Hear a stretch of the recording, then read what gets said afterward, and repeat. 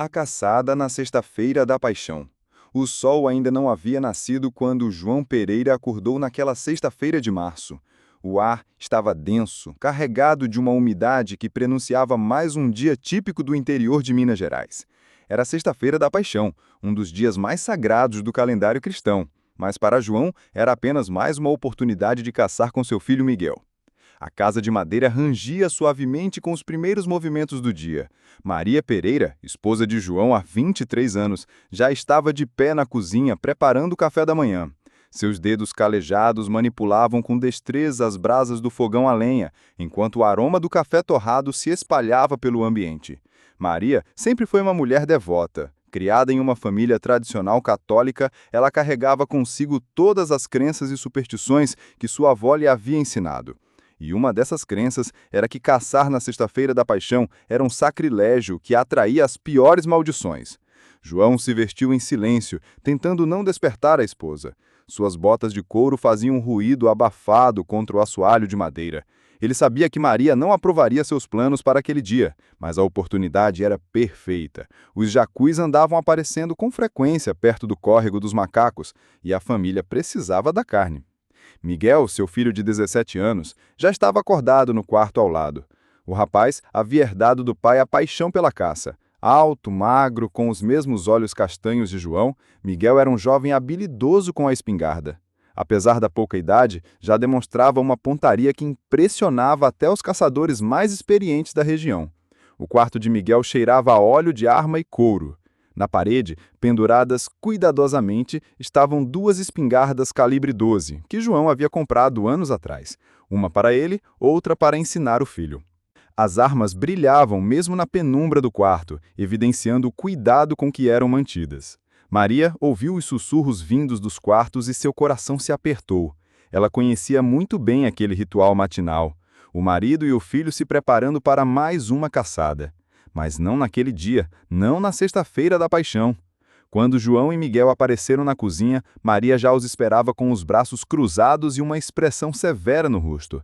A luz amarelada da lamparina querosene criava sombras dançantes em seu semblante preocupado. "Vocês não vão sair para caçar hoje", disse ela com uma voz firme que cortou o silêncio matinal como uma lâmina. João suspirou. Ele já esperava por aquela conversa. "Maria, não comece com essas superstições. Precisamos da carne e os jacus estão aparecendo." "Superstições?" interrompeu Maria, seus olhos faiscando de indignação. "João Pereira, hoje é Sexta-feira da Paixão, o dia em que nosso Senhor Jesus Cristo morreu na cruz por nossos pecados, e vocês querem sair por aí matando os animais de Deus." Miguel, que até então permanecia calado, tentou intervir. "Mãe, é só uma caçada, não tem nada demais." "Não tem nada demais?" Maria se virou para o filho, sua voz tremendo de emoção. "Minha avó sempre me disse que caçar na Sexta-feira da Paixão é pedir para que a desgraça entre em casa, que quem mata um animal nesse dia santo será amaldiçoado, que... Chega, Maria!" João bateu o punho na mesa, fazendo as xícaras de café tremularem. O ambiente ficou tenso. Miguel olhava alternadamente para o pai e para a mãe, dividido entre o respeito que tinha por ambos. A luz do querosene piscava, criando um clima ainda mais sombrio na pequena cozinha. Maria se aproximou do marido, suas mãos tremendo ligeiramente. "João, eu imploro. Por favor, não saiam hoje. Esperem até amanhã, ou segunda-feira, qualquer dia, menos hoje." "E deixar os jacus fugirem? Maria, você sabe como é difícil encontrar caça ultimamente. Não posso desperdiçar essa oportunidade." A mulher se voltou então para o filho. "Miguel, você que tem juízo, convença seu pai." "Hoje não, meu filho, por favor." O jovem estava claramente incomodado. Por um lado, respeitava profundamente a fé de sua mãe. Por outro, a perspectiva de uma boa caçada era tão tentadora demais para resistir. "Mãe", disse ele tentando soar conciliador, "a senhora sabe que somos cuidadosos. Nunca aconteceu nada conosco em todas essas caçadas." Maria sentiu um mundo desabar ao seu redor. Nem mesmo o filho estava do seu lado. "Tudo bem", disse ela com uma voz fria como gelo, "mas saibam que eu avisei. E quando voltarem, se voltarem, não venham dizer que eu não alertei." A profecia saiu dos seus lábios como um presságio sombrio. João e Miguel trocaram olhares desconfortáveis, mas a determinação do pai não esmoreceu. Após um café da manhã silencioso e tenso, pai e filho começaram os preparativos para a caçada. João verificou as munições enquanto Miguel limpava as espingardas uma última vez. O ritual era sempre o mesmo: conferir cada cartucho, testar o funcionamento dos gatilhos, verificar as miras. As espingardas eram belíssimas, coronha de madeira entalhada, canos duplos reluzentes. João havia comprado de um comerciante em Belo Horizonte anos atrás, e desde então eram suas companheiras fiéis em todas as caçadas. Miguel carregou sua cartucheira com munição de caça número 4, ideal para aves de médio porte como jacus. Os cartuchos eram amarelos, com marcações vermelhas. O jovem contou 20 cartuchos, suficientes para uma manhã produtiva. O equipamento foi colocado em 2 mochilas de lona, facas de caça, cordas, cantis com água, algumas bolachas de sal e queijo. Uma lanterna-pilha para emergências. João sempre dizia que um bom caçador nunca sai de casa mal preparado. Quando estavam prestes a partir, Maria apareceu na porta, os olhos vermelhos de tanto chorar. Ela se aproximou de Miguel e fez o sinal da cruz em sua testa. "Que Deus proteja você, meu filho", murmurou. Depois se voltou para João, mas não repetiu o gesto. Apenas o olhou com uma tristeza profunda e disse: "Que Deus perdoe você, João Pereira." E assim, sobre o peso daquelas palavras proféticas, pai e filho partiram para o que seria a caçada mais trágica de suas vidas. O dia estava nublado, com nuvens baixas que prometiam chuva. O ar úmido carregava o cheiro característico da mata mineira. Terra molhada, folhas em decomposição, flores silvestres. Era um odor que João conhecia desde criança, um perfume que sempre o tranquilizava. A propriedade dos Pereiras se estendia por cerca de 50 hectares de mata nativa e pasto. A casa ficava numa pequena elevação de onde se podia ver todo o vale. O córrego dos macacos cortava a propriedade na diagonal, formando pequenas cachoeiras e poças naturais onde os animais vinham beber água. Pai e filho caminharam em silêncio pela trilha que levava ao córrego. Suas botas deixavam marcas na terra úmida e o farfalhar das folhas secas anunciava a sua passagem. João conhecia cada pedra, cada árvore, cada curva daquele caminho. Havia nascido ali, crescido ali e pretendia morrer ali. Miguel seguia alguns passos atrás, carregando sua espingarda com desenvoltura. O jovem havia aprendido desde cedo a respeitar a mata e seus habitantes. João sempre lhe ensinara que caçar não era mais apenas matar. Era entender a natureza, conhecer os hábitos dos animais, saber ler os sinais que a floresta oferecia. Depois de cerca de 40 minutos de caminhada, chegaram à região preferida para a caça. Era uma área onde a mata se abria em pequenas clareiras, cercada por árvores frondosas. O córrego serpenteava preguiçosamente, criando pequenos remansos onde os animais costumavam se refrescar. "Aqui é um bom lugar", disse João, quebrando o silêncio. "Vamos nos separar. Você vai pela margem esquerda do córrego, eu vou pela direita. Nos encontramos daqui a 2 horas, naquela árvore grande ali na frente." Miguel assentiu. Era um procedimento padrão. Separar-se aumentava as chances de sucesso, pois cobriam uma área maior. Além disso, os jacus eram aves espertas, capazes de detectar a presença humana a grandes distâncias. Antes de se separarem, João deu as últimas instruções. "Cuidado com os tiros, Miguel. Lembre-se sempre de identificar bem o alvo antes de atirar. E se ouvir algum ruído estranho, apite 3 vezes. Eu faço o mesmo se precisar de você." "Pode deixar, pai. Nos vemos daqui a pouco." E assim, pai e filho se separaram, cada um seguindo sua rota pré-determinada. João seguiu pela margem direita do córrego, seus passos silenciosos, como os de um felino. A mata estava estranhamente silenciosa naquela manhã. Normalmente, aquele horário seria repleto de sons, cantos de pássaros, ruído de pequenos animais se movendo entre as folhas, o murmúrio constante do córrego.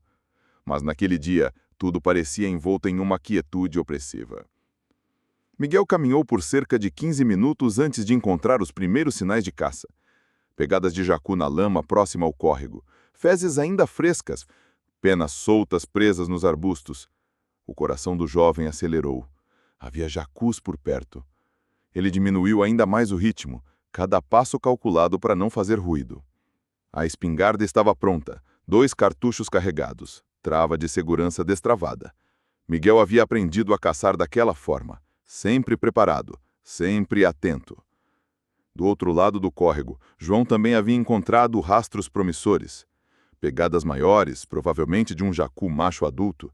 O animal havia passado por ali há pouco tempo. As marcas ainda estavam nítidas na terra úmida. João conhecia os hábitos dos jacus. Eram aves que preferiam se alimentar nas primeiras horas da manhã, bicando frutas caídas e pequenos insetos. Naquele horário, estariam se movendo em busca de alimento, menos alertas do que costumavam ficar durante o dia. Os minutos se arrastavam lentamente. A tensão da caçada sempre provocava uma alteração na percepção do tempo. Cada segundo parecia uma eternidade. Cada ruído era amplificado. Cada movimento requeria concentração absoluta. Foi então que Miguel ouviu. Um ruído, sutil, quase imperceptível, um farfalhar de folhas diferente do vento. Algo se movia entre os arbustos, cerca de 20 metros à sua frente. Miguel se abaixou lentamente, utilizando um tronco caído como abrigo. Sua respiração se tornou mais superficial, controlada. Os olhos vasculharam a vegetação em busca de movimento. Ali estava, uma sombra escura se movendo entre as árvores. O formato era inconfundível. Corpo arredondado, pescoço alongado, movimentos característicos de uma ave terrestre, um jacu.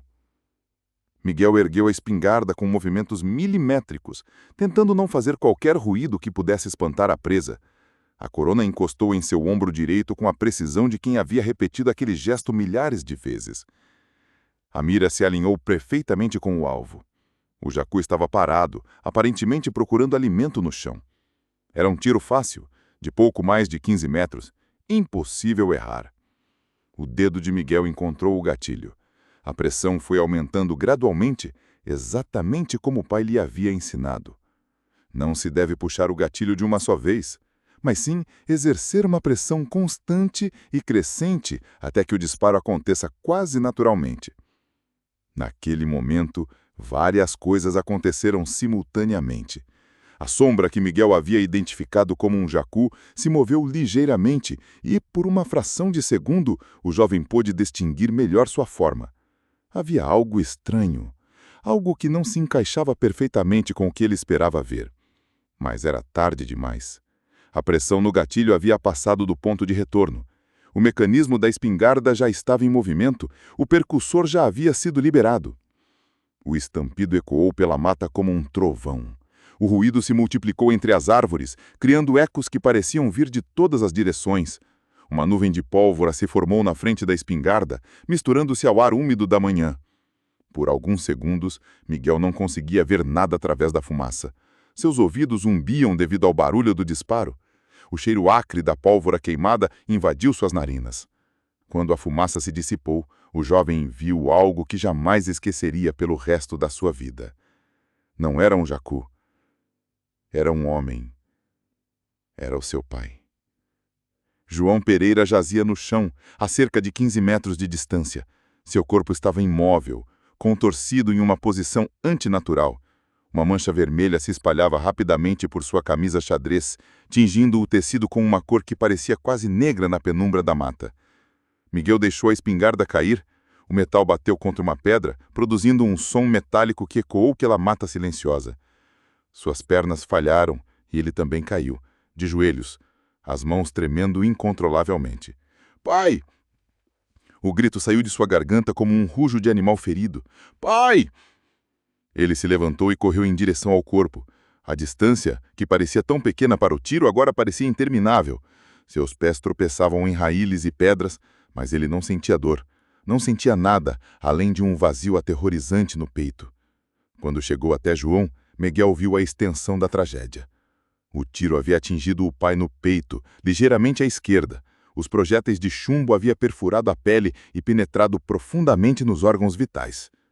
"Pai, pai, por favor!" Miguel ajoelhou-se ao lado do corpo, suas mãos tentando estancar o sangramento.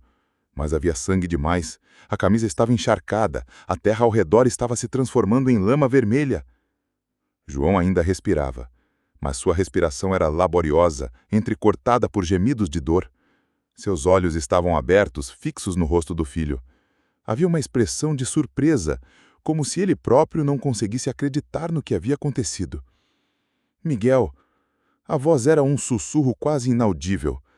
"Pai, eu não sabia. Eu pensei que fosse um jacu. Eu juro que pensei que fosse um jacu." As lágrimas corriam pelo rosto de Miguel, misturando-se ao suor e a de Jinguento. Suas mãos estavam cobertas de sangue, um sangue que parecia quente demais, tesco demais. Miguel, foi um acidente. João tentou erguer a mão para tocar o rosto do filho, mas não tinha força suficiente. O braço caiu pesadamente ao lado do corpo. Pai, não morra! Por favor, não morra! Eu vou buscar ajuda!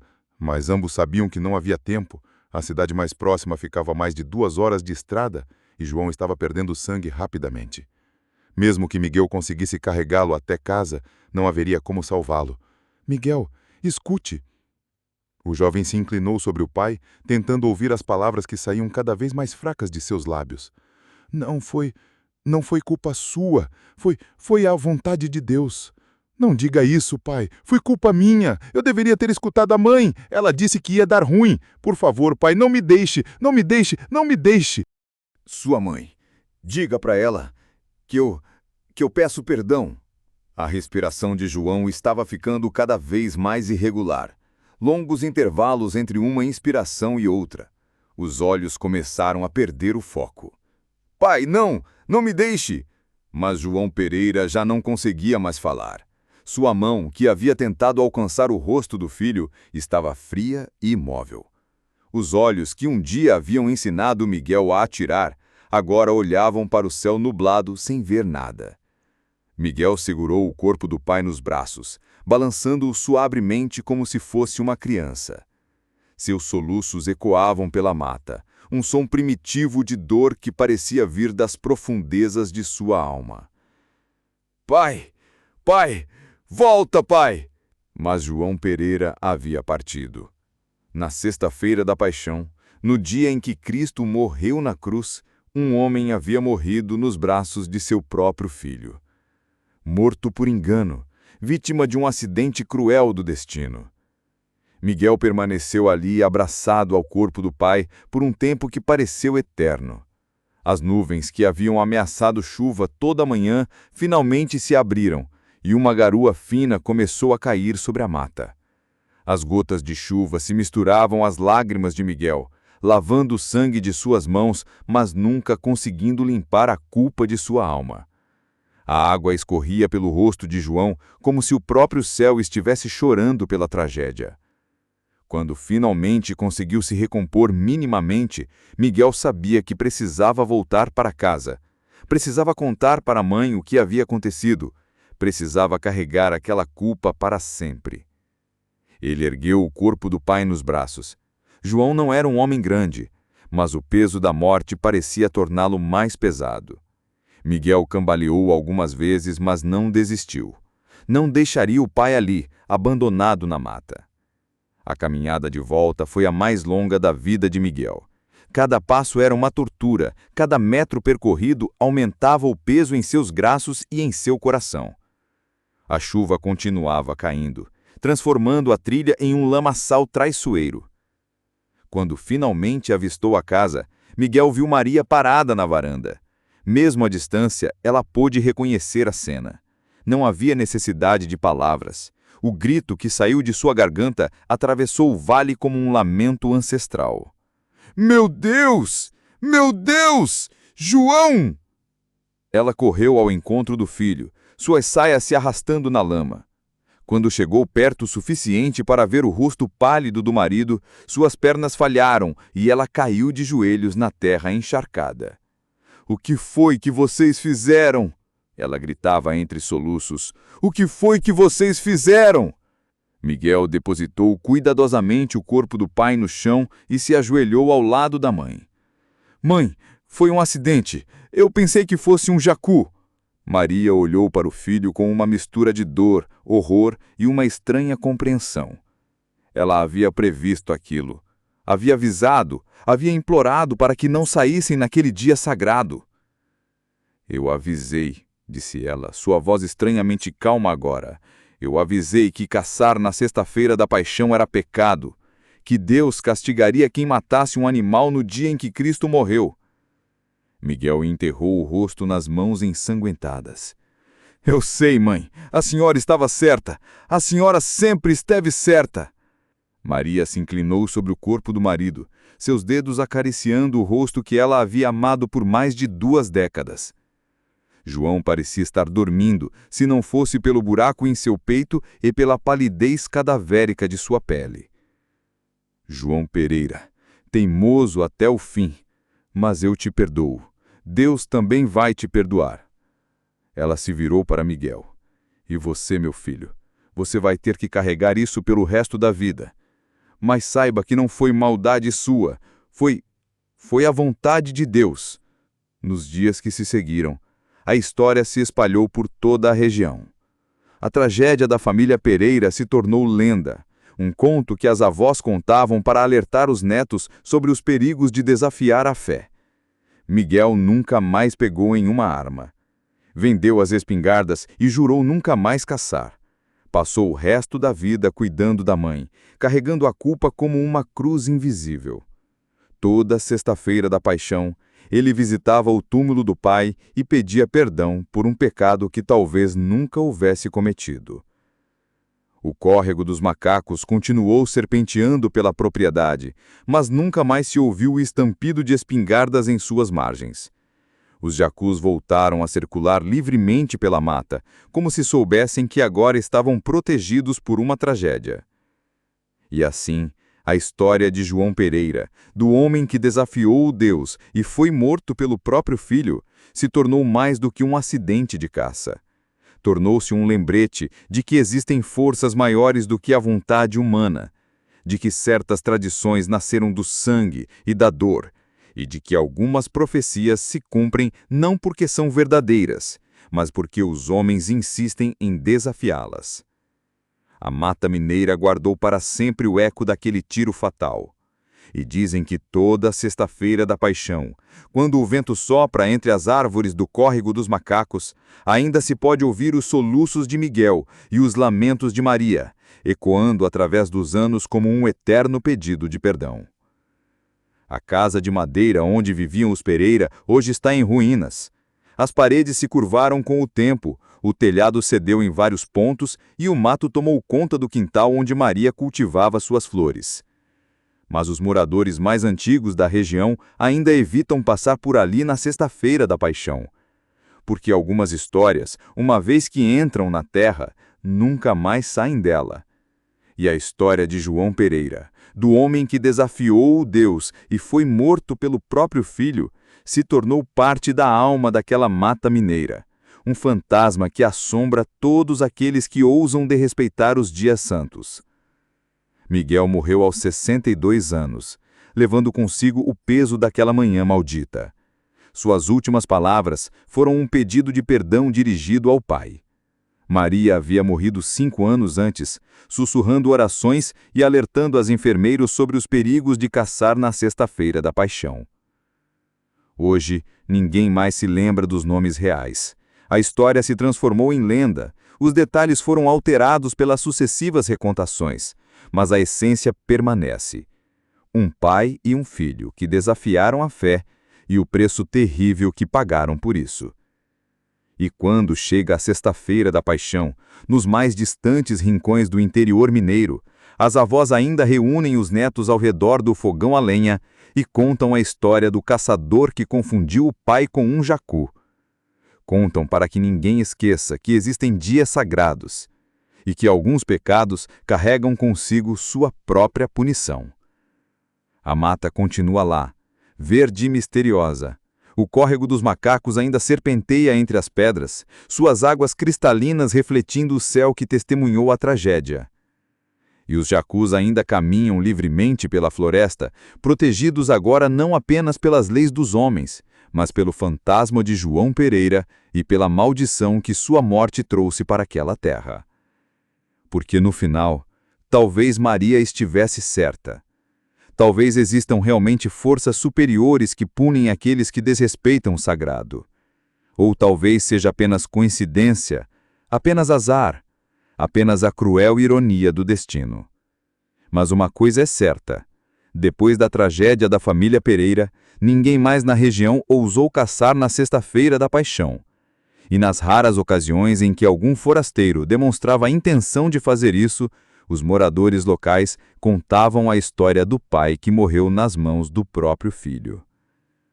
E a história continuava se espalhando, de geração em geração, de boca em boca, como um eterno lembrete de que certas tradições foram escritas com sangue, e de que algumas lições só aprendemos quando é tarde demais para mudar o curso dos acontecimentos. A caiçada na Sexta-feira da Paixão havia terminado, mas a história estava apenas começando. Os anos se passaram como folhas levadas pelo vento, mas a maldição que se abateu sobre aquela terra parecia ter vida própria. A propriedade dos Pereira, que antes era conhecida pela fertilidade de suas terras e pela abundância de sua caça, começou a definhar de maneira inexplicável. As primeiras mudanças foram sutis. O gado começou a emagrecer sem motivo aparente. As galinhas pararam de botar ovos com a mesma frequência. As plantações que antes prosperavam com facilidade agora exigiam um trabalho dobrado para renderem a metade do que produziam anteriormente. Miguel tentava explicar esses fenômenos de forma racional.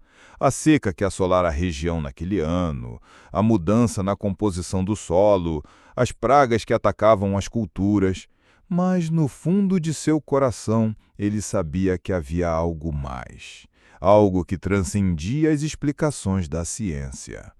Maria, por sua vez, não tinha dúvidas. A maldição havia se instalado naquela terra no exato momento em que o João Pereira embebeu a terra próxima ao córrego dos macacos. A partir daquele dia, nada mais seria como antes. Ela passou a observar sinais por toda parte, pássaros que voavam em círculos sobre a casa antes de partir abruptamente, cães que uivavam sem motivo nas madrugadas de sexta-feira, flores que murchavam prematuramente sempre que se aproximava o período da paixão. O mais perturbador de todos os fenômenos era o que acontecia no córrego. A água, que antes era cristalina e abundante, começou a apresentar uma coloração avermelhada em determinados trechos, especialmente próximo ao local onde João havia morrido. Os peixes sumiram completamente daquela região, como se algo os afugentasse. Miguel, inicialmente, atribuiu a mudança na cor da água a sedimentos trazidos pelas chuvas, mas quando a coloração persistiu, mesmo durante os períodos de estiagem, ele começou a considerar outras possibilidades. Possibilidades que preferiu não verbalizar, nem para si mesmo. Os vizinhos começaram a comentar sobre os estranhos acontecimentos na propriedade dos Pereira. Joaquim Santos, que tinha terras adjacentes, contava que seus animais se recusavam a beber água na parte do córrego que passava pela propriedade de Miguel. Era como se os bichos sentissem algo que os humanos não conseguiam perceber. Dona Conceição, uma benzedeira respeitada na região, procurou Maria alguns meses após a tragédia. A velha senhora, de cabelos brancos como algodão e olhos que pareciam ver além do mundo físico, trazia uma proposta. Maria, disse ela, sentada na varanda da casa dos Pereira, suas mãos nodosas segurando uma xícara de café. Eu vim aqui porque Deus me mandou. Esta terra precisa de limpeza espiritual. Maria observou com interesse. Dona Conceição era conhecida por suas rezas poderosas e por sua capacidade de afastar mal-olhado e energias negativas. Se alguém podia ajudar, certamente seria ela. O que a senhora acha que aconteceu aqui, Dona Conceição? A velha benzedeira tomou um gole de café e fitou o horizonte onde se podia ver a mata que testemunhou a tragédia. Não é o que eu acho, Maria, é o que eu sei. Aquele homem, seu marido, morreu num dia santo. E não morreu de morte natural. Morreu de morte violenta, derramando sangue sagrado numa terra sagrada. Isso criou uma porta. Uma porta? Uma porta entre nosso mundo e o mundo dos espíritos. E através dessa porta, coisas ruins podem passar. Miguel, que havia chegado do trabalho na roça naquele momento, ouviu a conversa e se aproximou. Apesar de seu ceticismo crescente em relação ao sobrenatural, ele respeitava a Dona Conceição e suas tradições. A senhora acha que pode fazer alguma coisa? Posso tentar, meu filho, mas vai exigir sacrifício de vocês também. precisam aceitar que algumas coisas não têm explicação neste mundo. E precisam ter fé verdadeira de que Deus pode curar até mesmo as feridas mais profundas. Maria e Miguel concordaram com o ritual de limpeza espiritual. Dona Conceição marcou a cerimônia para a próxima sexta-feira. Não é da paixão, mas uma sexta-feira comum, quando as energias estariam mais equilibradas. No dia marcado, a benzedeira chegou ao amanhecer carregando uma sacola de pano com diversos objetos, velas brancas, água benta, ramos de arruda, sal grosso e um crucifixo de madeira que ela mesma havia entalhado. O ritual começou na casa. Dona Conceição acendeu velas em cada cômodo, aspergiu água benta pelos cantos e murmurou orações em latim que aprendera com o antigo padre da cidade. Suas palavras ecoavam pela casa silenciosa, criando uma atmosfera solene e esperançosa. Esta casa foi tocada pela tragédia, dizia ela enquanto trabalhava. Mas não foi tocada pelo mal. A dor mora aqui, mas não a maldade. Por isso pode ser purificada. Depois da casa, foi a vez da propriedade. Dona Conceição caminhou até o córrego, seguida por Maria e Miguel. A velha senhora parecia conhecer intuitivamente o local exato onde João havia morrido, mesmo nunca tendo estado ali antes. Aqui, disse ela apontando para um ponto específico próximo à margem. Foi aqui que tudo começou. Ela fincou o crucifixo de madeira na terra, exatamente no local onde João havia enridado seu sangue. Em seguida, fez um círculo com sal grosso ao redor da cruz e acendeu velas nos 4 pontos cardeais. As orações que se seguiram foram longas e intensas. Dona Conceição parecia estar travando uma batalha invisível, suas palavras se tornando mais enfáticas a cada minuto. Em determinado momento, uma brisa supina purdou pela mata, apagando 2 das velas e fazendo as folhas das árvores sussurrarem como vozes ancestrais. Resistência, murmurou a benzedeira. Mas vamos vencer. O ritual durou quase 3 horas. Quando finalmente terminou, Dona Conceição estava visivelmente exausta, mas seus olhos brilhavam com satisfação. Pronto, disse ela. A porta foi fechada, mas lembrem-se, vocês devem manter a fé. Se duvidarem, se deixarem a amargura tomar conta do coração, a porta pode se abrir novamente. Nas semanas que se seguiram ao ritual, a família notou mudanças sutis, mas significativas.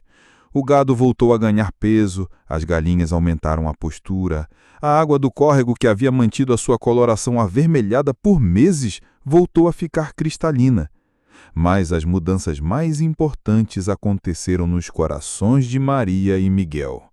A culpa opressiva que carregavam começou a dar lugar a uma aceitação mais serena do destino. Não que a dor tivesse desaparecido. Algumas feridas nunca cicatrizam completamente, mas ela se tornou mais suportável. Miguel voltou a sorrir ocasionalmente. Maria retomou o hábito de cantar enquanto cozinhava. A casa, que havia se tornado um mausoléu silencioso, começou a recuperar algo parecido com vida.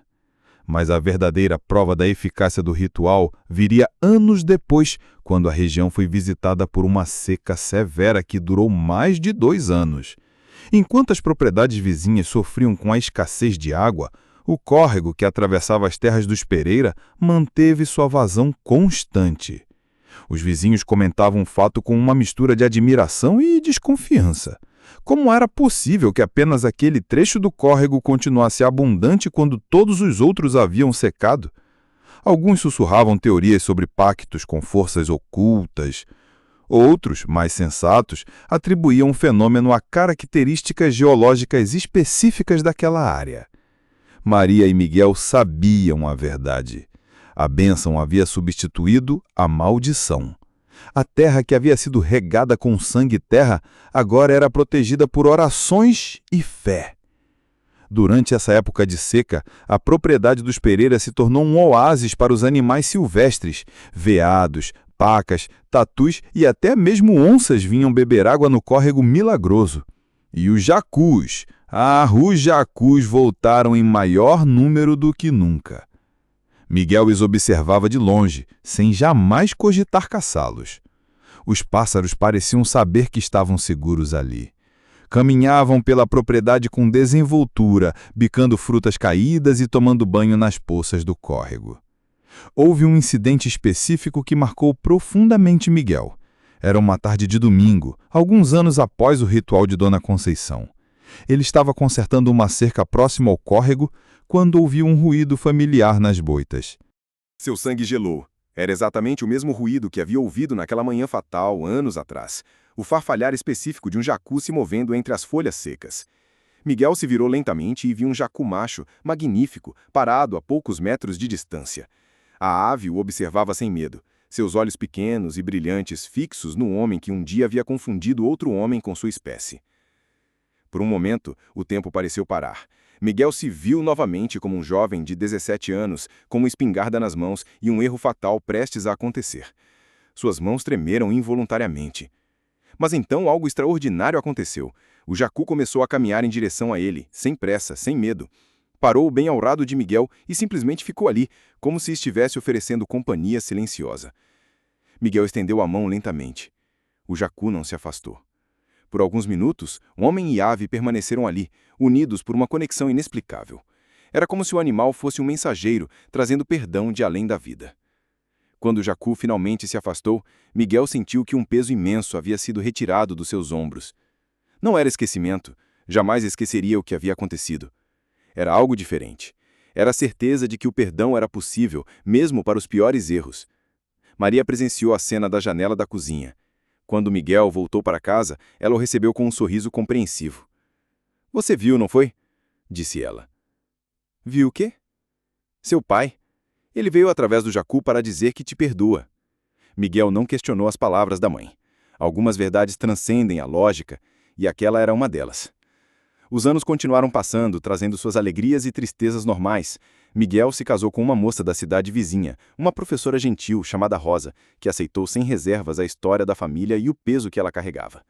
O casal teve 3 filhos, todos criados com profundo respeito pela natureza e pelas tradições. Maria se tornou avó dedicada, contando histórias para os netos, mas sempre omitindo os detalhes mais sombrios da tragédia familiar. Para as crianças, vovô, João, havia morrido em um acidente de caça. Ponto final. Quando elas crescessem, talvez fosse apropriado saber toda a verdade.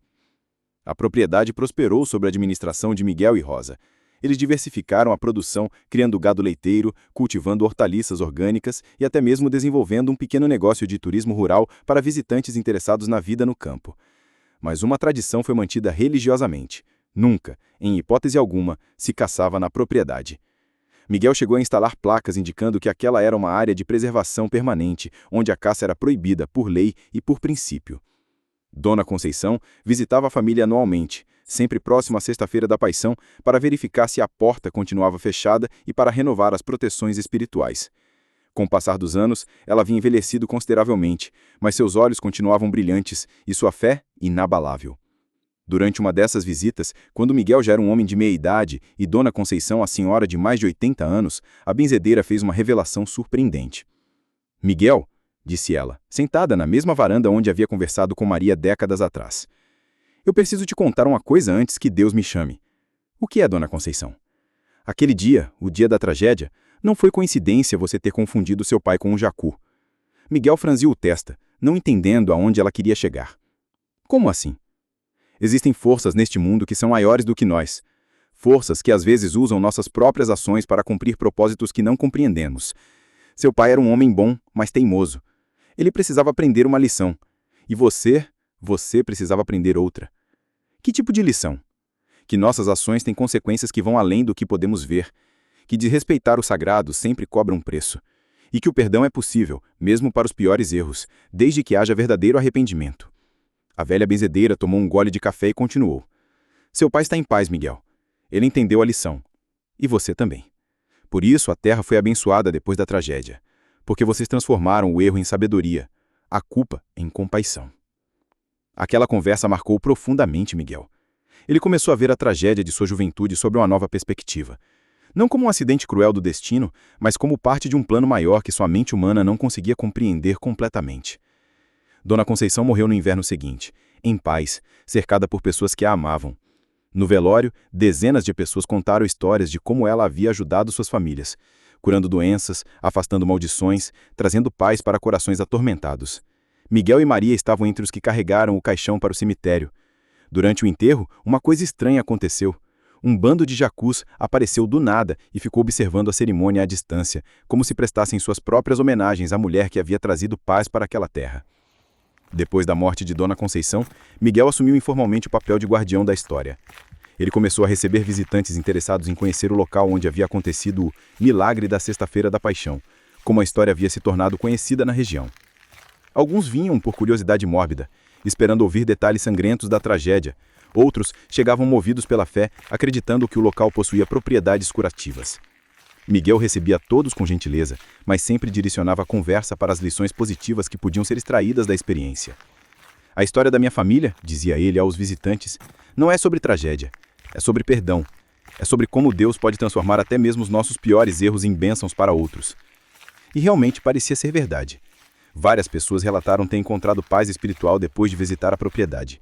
Casais em crise se reconciliavam. Pessoas deprimidas recuperavam a esperança. Adicados encontravam forças para buscar tratamento. Miguel nunca cobrou por essas visitas, mas muitos deixavam doações espontâneas que ele repassava integralmente para obras de caridade da região.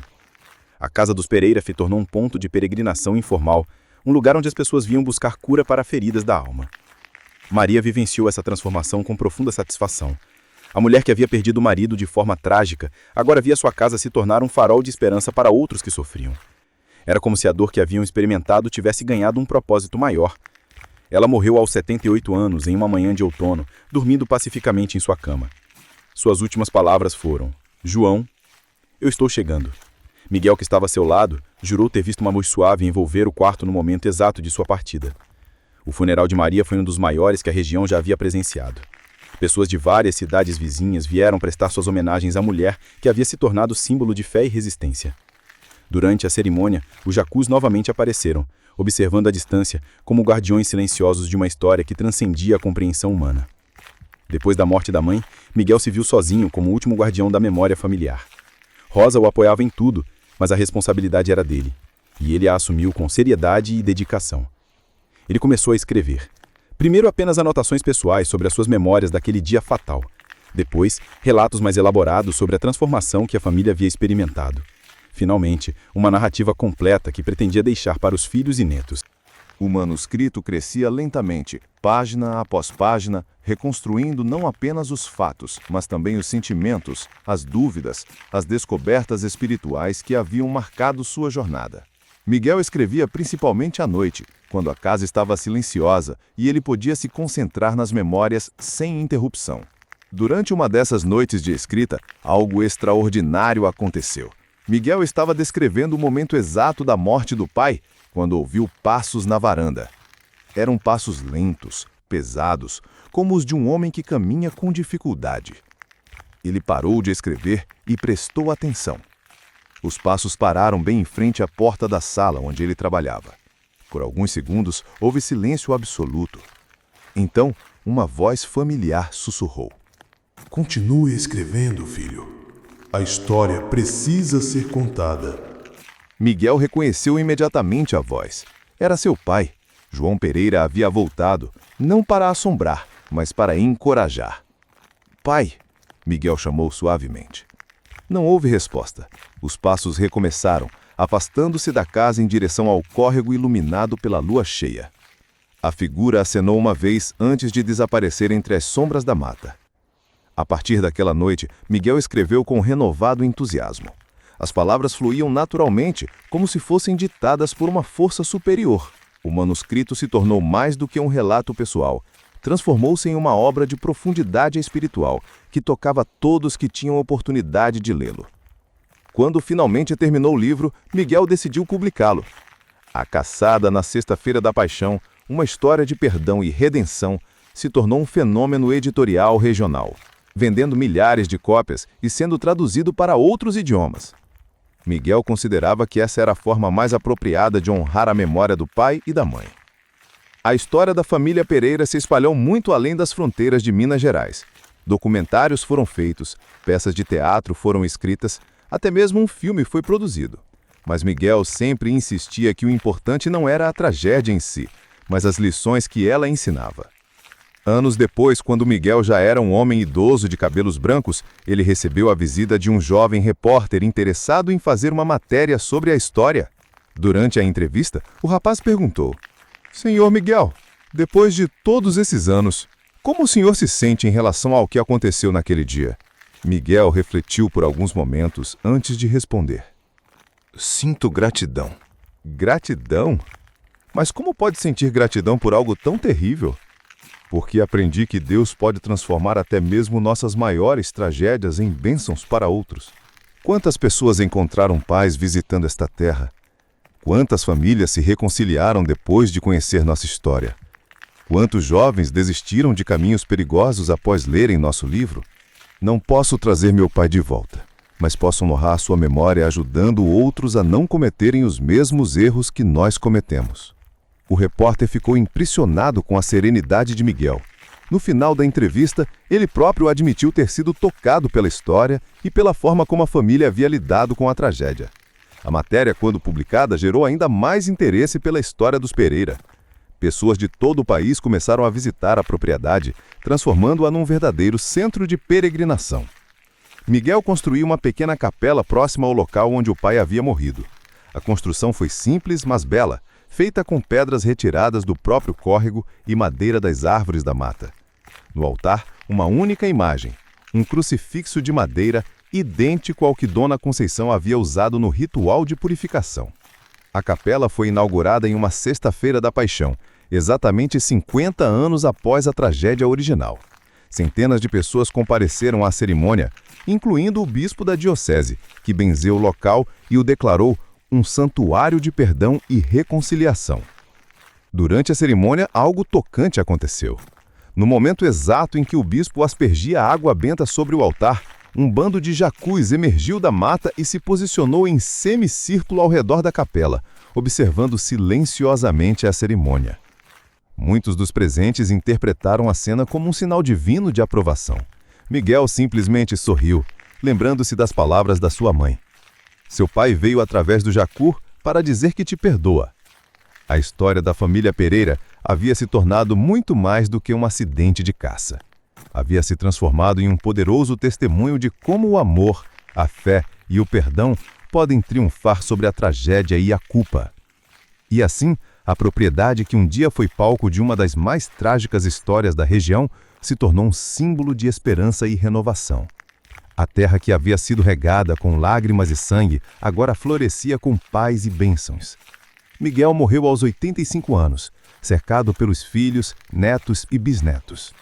Suas últimas palavras foram dirigidas ao filho mais velho. Mantenham a história viva, não pelos detalhes trágicos, mas pelas lições de amor que ela ensina. Hoje, a propriedade é administrada pela terceira geração da família, que mantém viva a tradição de receber visitantes e compartilhar a extraordinária história de transformação que aconteceu naquele pedaço de terra mineira. A capela continua aberta para visitação e todos os anos, na Sexta-feira da Paixão, uma missa especial é celebrada em memorial a João Pereira e em gratidão pela lição que sua morte trouxe para tantas pessoas. E os jacus? Os jacus continuam lá, protegidos e respeitados, caminhando livremente pela propriedade como guardiões eternos de uma história que prova que até mesmo nossos piores erros podem ser transformados em bênçãos quando entregues à misericórdia divina. A caçada na Sexta-feira da Paixão havia terminado há décadas, mas sua verdadeira história, a história do perdão, da redenção e do amor que transcende a morte, continuaria ecoando pelas gerações futuras. Lembrando a todos que nenhum erro é grande demais para ser perdoado e nenhuma tragédia é intensa demais para ser transformada em bênção.